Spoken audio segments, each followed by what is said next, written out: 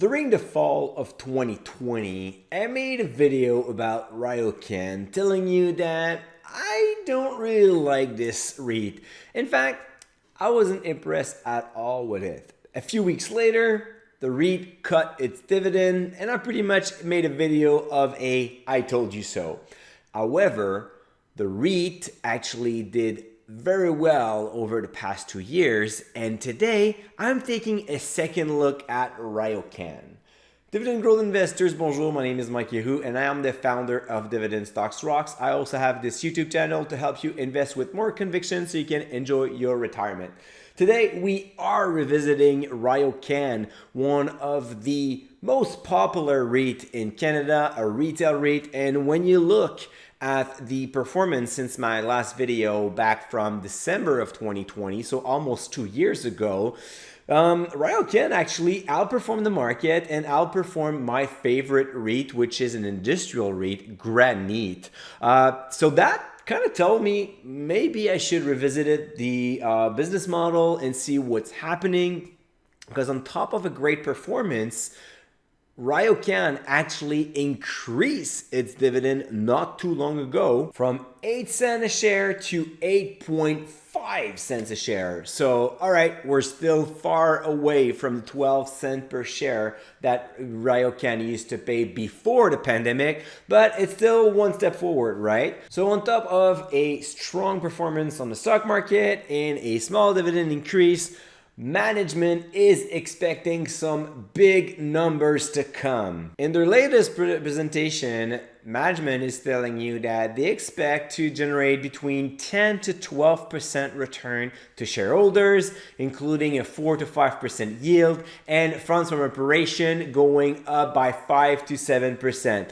So in the end, management is telling you, you know what, we did make a mistake. We failed you as an investor, we failed shareholders. We cut our dividend in 2020, but it was to bounce back as a stronger REIT than ever. So should you go for that or look into that plan? You know what? I'm going to take a pause and go a little bit deeper here because I'm still skeptical. One thing that bugs me about RioCan is the fact that they're at like 90% a retail REIT. So yes, you're going to tell me about prime location, about amazing tenants, but in the end, brick and mortar retail are not thriving. On top of that, we have inflation, we have higher interest rates. It will slow down consumption.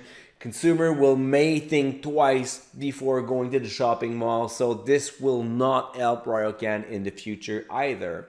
So RioCan came up with this plan, which is definitely appealing. I'm going to give you that, but it is in 4 different steps. So step 1, reimagining retail. So they're going to look at their retail portfolio, obviously divest underperforming assets or non-core assets, like CEO like to say, and reinvest and renovate the best performing one.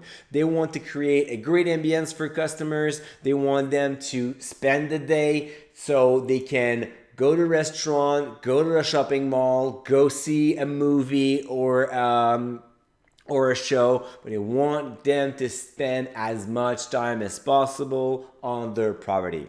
The other thing as well is they want some diversification. But this plan sounds a bit generic to my taste. Yes, you want better diversification in terms of tenants or in terms of activities, in terms of industries, but in the end, any REITs will want that. Actually, even my favorite one, Granite, knows that they're heavily concentrated with Magna International having about 30% of their revenue.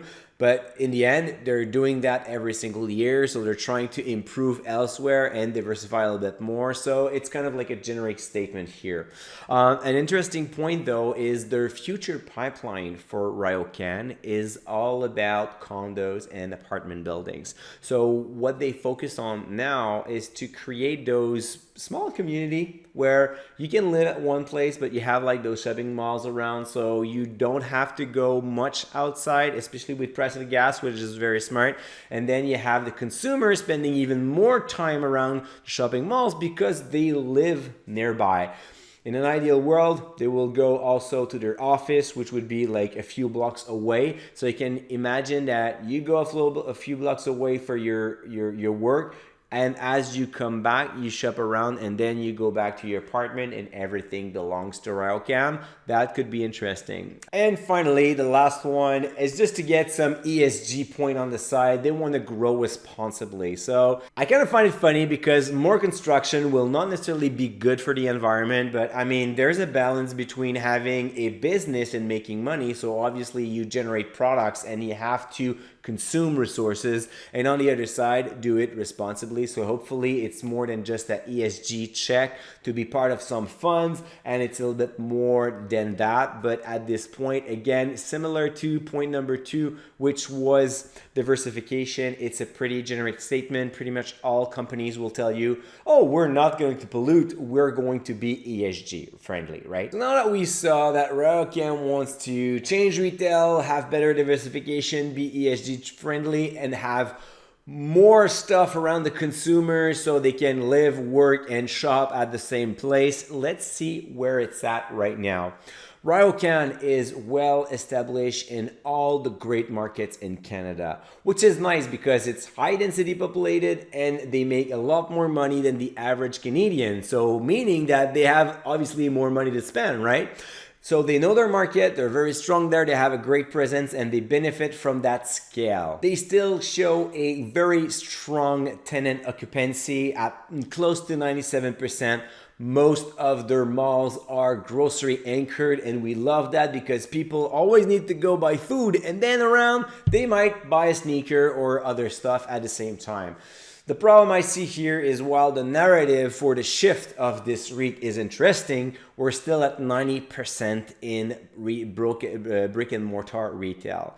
At this point, I'm not sure this industry will thrive in the future. It may struggle, and we may see occupancy going down a little bit in the upcoming years. So the REIT shows an interesting plan moving forward. I would like to see a little bit more residential exposure. I know it's in the pipeline, they're under construction, but 1.7% will not make it. We need something a little bit bigger, but so far I think that RioCan is going towards the right direction. I would also like to see a little bit more dividend growth, but at this point I am not completely convinced.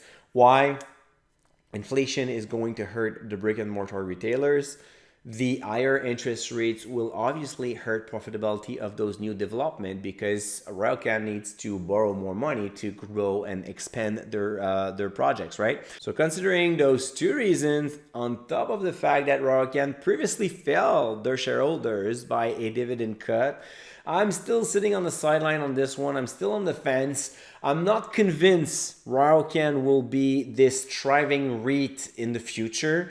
Right now, the good news are the dividend is not at risk anymore. It will likely increase again shortly, and they are interesting perspective.